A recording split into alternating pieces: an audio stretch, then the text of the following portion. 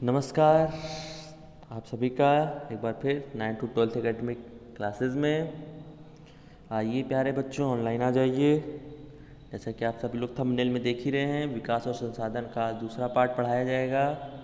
और आप लोगों ने कल जो कमेंट किया उसके लिए बहुत बहुत धन्यवाद आपको।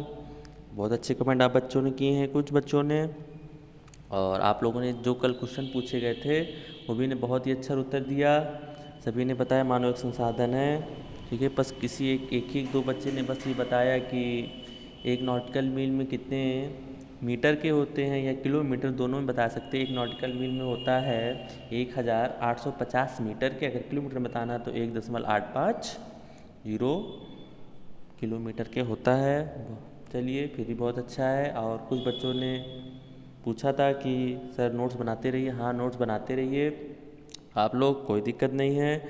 और आप लोगों को बाद में अभी नोट्स बनाइए, फिर बाद में आप लोगों को सभी क्वेश्चन भी इसके जो इम्पोर्टेंट क्वेश्चन है वो भी सॉल्व कराए जाएंगे आपको। इसे नोट्स बनाते रहिए और इसे पढ़ते रहिए, बहुत ही अच्छे नोट्स हैं। तो बच्चे जल्दी आइए, ऑनलाइन आ जाइए। आप सभी एक बार फिर, आप लोग थंबनेल में जैसे देखे ही होंगे कि आज क्लास 10 भूगोल विकास संसाधन का दूसरा पार्ट पढ़ाया जाएगा। आप लोग आ जाइए बच्चे, मेरे प्यारे बच्चों, जल्दी आ जाइए, ऑनलाइन आइए। तो आज का पहला हेडिंग जो है वो है संसाधनों का विकास। जिस प्रकार हम लोग यूज कर रहे हैं तो उसका विकास तो हो रहा है बच्चों, विकास तो हो रहा है, लेकिन मानव संसाधन तो इतना विकास, अंधाधुंध विकास मतलब क्या हो रहा है, अंधाधुंध किसी चीज़ का उपयोग कर रहा है जिसकी वजह से निम्नलिखित समस्याएं उत्पन्न हो गई हैं। जैसे क्या, अगर संसाधन जिस प्रकार से मनुष्यों के जीवन यापन के लिए अति आवश्यक है, सही बात। अगर हम किसी भी चीज़ का, अगर कोई मानव है, आपके लिए हमारे लिए पेड़ पौधे ज़रूरी हैं कि नहीं? बिल्कुल ज़रूरी हैं, ठीक है। पेड़ से अगर हमको चूँकि क्या प्राप्त हो रहे हैं, फल प्राप्त हो रही हैं, सब्जियाँ प्राप्त हो रही हैं, बहुत चीज़ें, मसाले बहुत चीज़ें प्राप्त हो रही हैं, ठीक है। तो हमारे जीवन के लिए अति आवश्यक, लेकिन अब ये भी नहीं है कि आप किसी चीज़ का इतना उपयोग कर लीजिए कि हमारे लिए आगे चल के समस्या बन जाए, तो ऐसा कुछ नहीं करना है।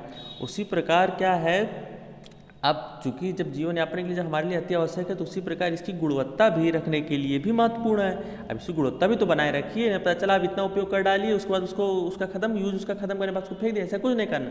हमें एक निश्चित मात्रा में उसका उपयोग करिए, ठीक है। और जीवन की गुणवत्ता बनाइए, गुणवत्ता बनाए रखने के लिए महत्वपूर्ण भी है, ठीक है। संसाधन जो हमको ये सब प्राप्त हुए, सब कहाँ से प्राप्त हुए हैं? ये प्रकृति से प्राप्त हुए हैं, ठीक है। तो लेकिन इसके परिणामस्वरूप मानव क्या कर रहा है, इसका देख ही रहे हैं, आपको सब पता है कि मानव क्या है, अपने ज़रूरतों के लिए पेड़ों को काट दे रहा है, ठीक है। किसी चीज़ को, कोई लोग क्या करते हैं, फसल उगाने के लिए एक जहाँ खेती करते 2-3 बार फसलों को उगा ले रहे हैं, जिसके कारण उसकी उपजाऊपन कम होती जा रही है।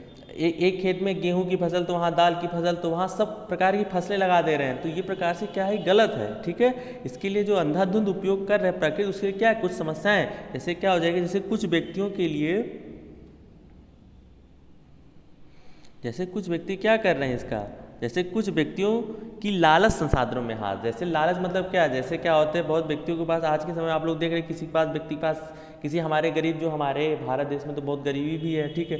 किसी के पास कुछ घर नहीं है, लेकिन किसी के पास 1-1, 2-2, 4-4, 5-5 घर हैं, ठीक है। और वो अपने उपयोग के अनुसार क्या कर रहा है, घर बनवा रहा है, 1-2, 2-2, 3-3, 4-4, 5-5 घर हैं, ठीक है। और अपने उपयोग के लिए क्या कर रहा है कि पेड़ कटवा दे रहा है, जो कि क्या, ये गलत है, ठीक है। और दूसरा क्या है, कुछ लोगों के हाथ में संसाधन आए, और एक मिनट, कुछ लोगों के हाथ में संसाधन आए और कुछ को नहीं मिले, इस समाज की अमीर और गरीब में बढ़ गया। बिल्कुल सही, आप लोग को देखिए, ये तो बहुत अच्छी बात लिखी गई है, ये तो बहुत अच्छी बात लिखी गई। जैसे ये हेडिंग लिखा है, बहुत अच्छा इन्होंने लिखा है कि संसाधन के क्या होता है, कुछ ही लोगों के हाथ में आते हैं, और जैसे समाज 2 हिस्सों में बढ़ गया है, संसाधन अर्थात एक अमीर में बढ़ गया है, गरीब।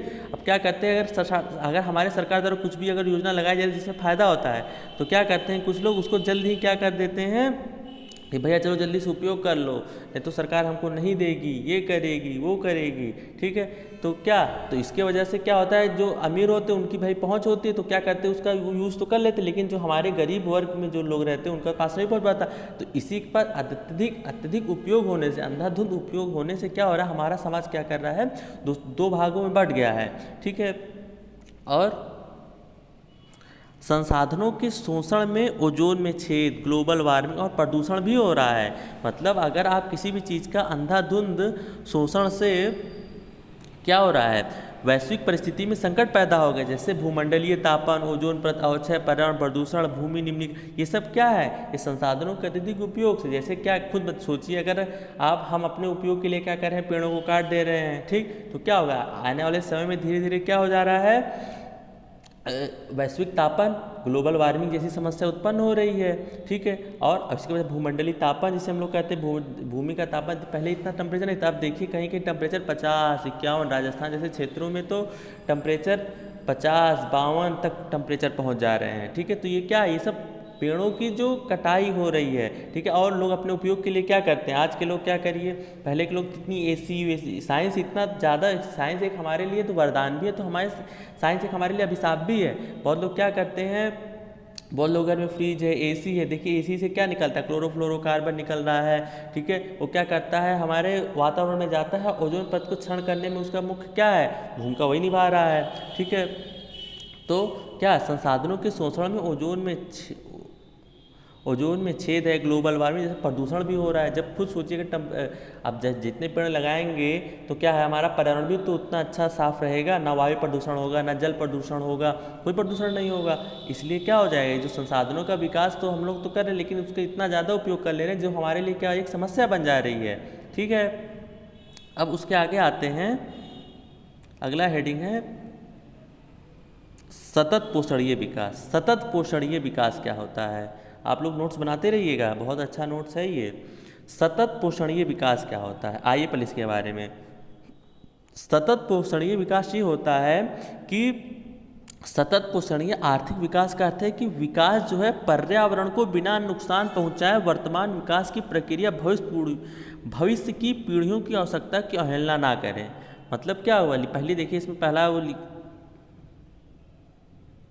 जैसे देखिए ये क्या लिखा है, देखिए पहला, विकास पर्यावरण को बिना नुकसान पहुंचाए हो और आने जाने वाली पीढ़ियों को भी संसाधन मिल सके। पता चला ऐसा हम ना कर लें कि आने वाले समय पेट्रोल सब खत्म कर दें और हमारे आने वाला भविष्य पेट्रोल का यूज ही ना कर पाए। फिलहाल पेट्रोल एग्जाम्पल नहीं, बहुत से एग्जाम्पल है बहुत से एग्जाम्पल हैं, ठीक है। जैसे क्या होता है, हम लोग कुछ भी उपयोग अगर कर रहे हैं तो उतना भी उपयोग ना कर डालें कि आने वाली भविष्य हमारे लिए क्या हो जाए, उसकी दिक्कत उनको कुछ मिल ही ना पाए। ऐसा हमको ऐसा नहीं करना है, ठीक है। मतलब ऐसा उपयोग करना है, ठीक है। क्या लिखा है इसका, ये लिखा है ना कि विकास पर्यावरण को नुकसान पहुँचाए हो, ठीक है। मतलब बिना नुकसान नहीं पहुँचाना, हमको ऐसा भी मतलब हमको उपयोग तो करना है, उसको नुकसान नहीं पहुँचाना है, ठीक है। अगर नुकसान नहीं पहुँचाएंगे तो आने वाली पीढ़ियाँ भी उसका क्या कर ले, उसका उपयोग कर सके, ठीक है। यही होता है सतत पोषणीय विकास होता है, ठीक है।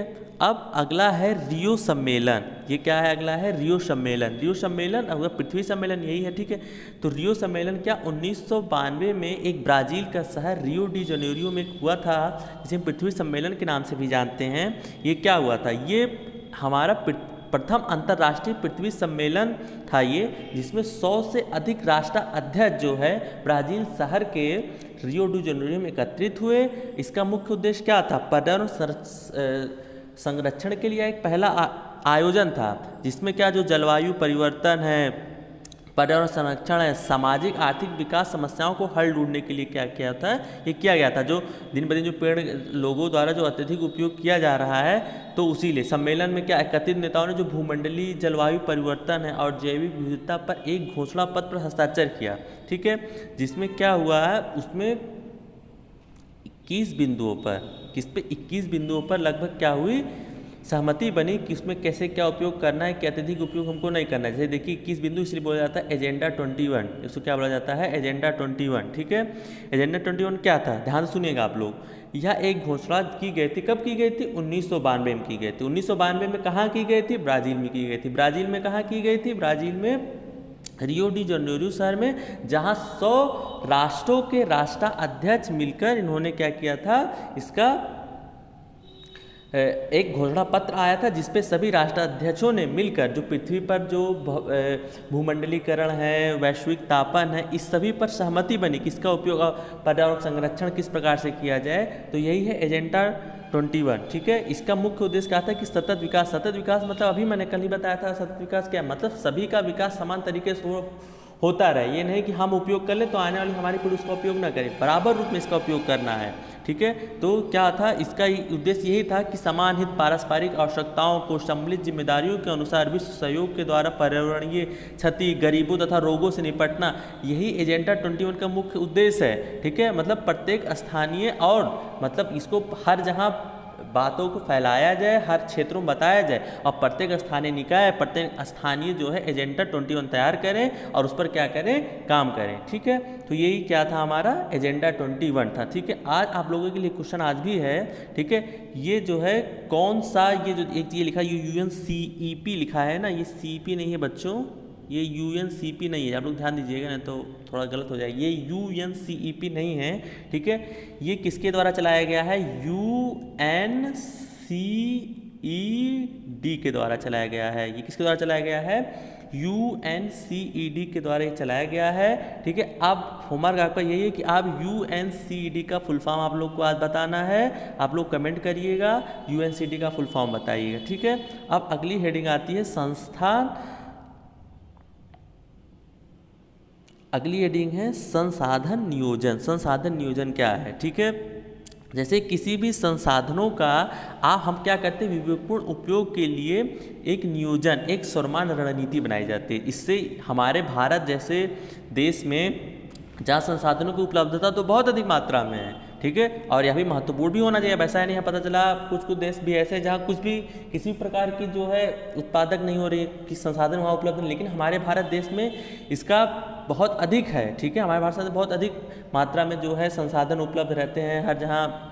जैसे केरल साइड में आप चले जाइए, कर्नाटक साइड में जैसे गोल्ड की, चांदी, राजस्थान में चांदी हो गया।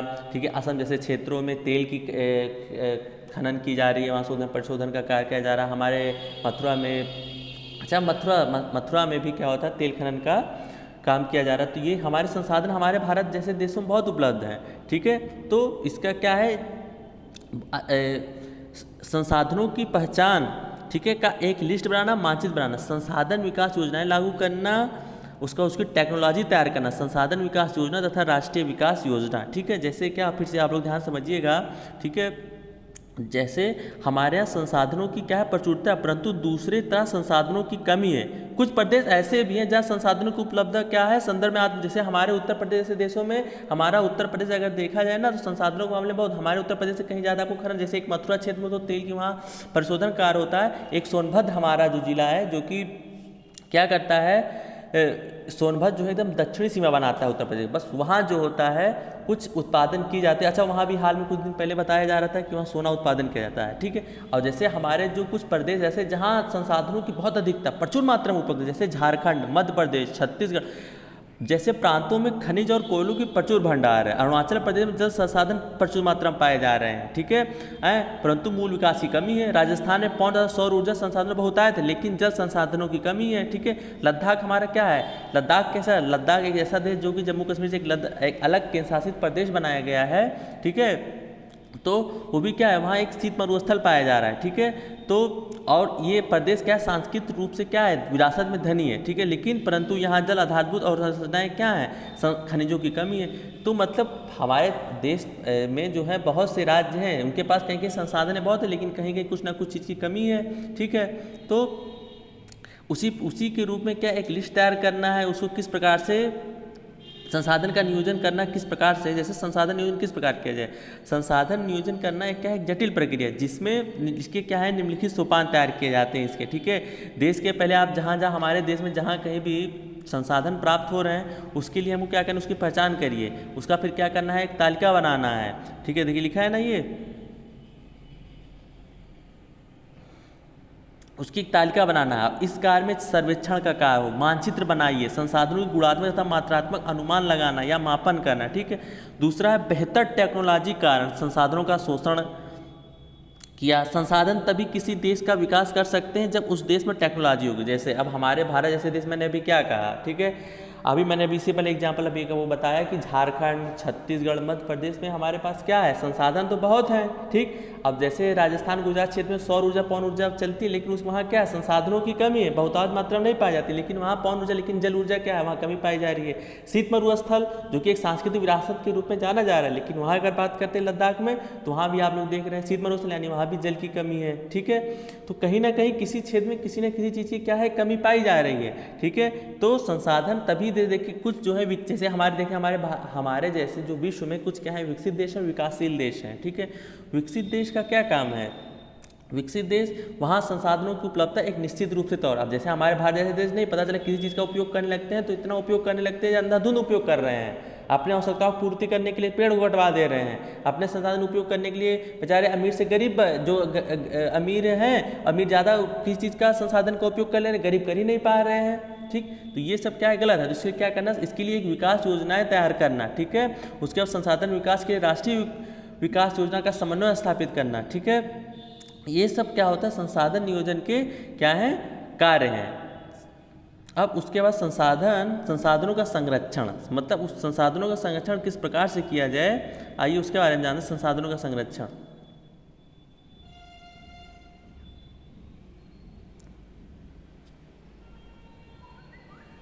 संसाधनों का संरक्षण, संसाधनों के अंधाधुंध उपयोग में समस्याएं। अभी ये तो लग रहा है इतनी बार चर्चा हो जाएगी आप लोग सबको समझ, संसाधन जो भी उसका अगर अत्यधिक आप क्या करेंगे, संरक्षण किस प्रकार से कर सकते हैं, अगर जिस प्रकार से अंधाधुंध उपयोग उसको क्या करिए, रोकिए, ठीक है ना। इससे अगर अत्यधिक उपयोग करें समस्याएं पैदा हो सकती, जैसे कैसे पर्यावरण में, ठीक है। अब जैसे अधिकतर क्या लोग औद्योगिक विपाइगर लगाते हैं तो उससे क्या निकलती रहती है, अधिकतर धुएं निकल रहे हैं।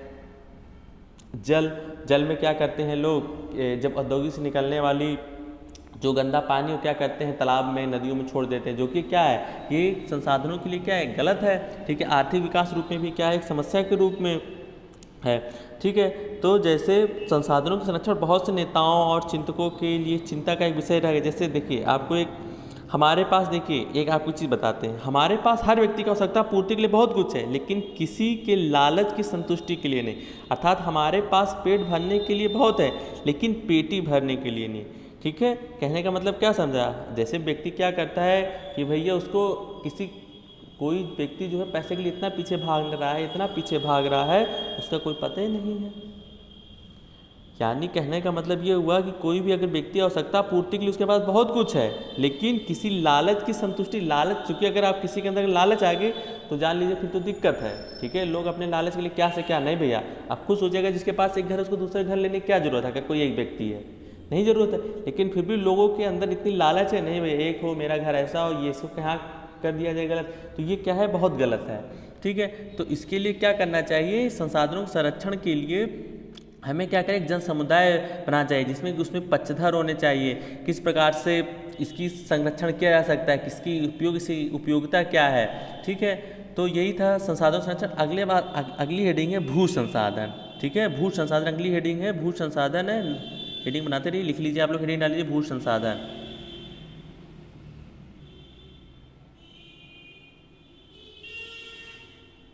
भू संसाधन, हम भूमि पर रहते हैं, भूमि तो भाई से रहते हैं, ठीक है, लेकिन भूमि पर तो रहते हैं सबको पता है, ठीक है।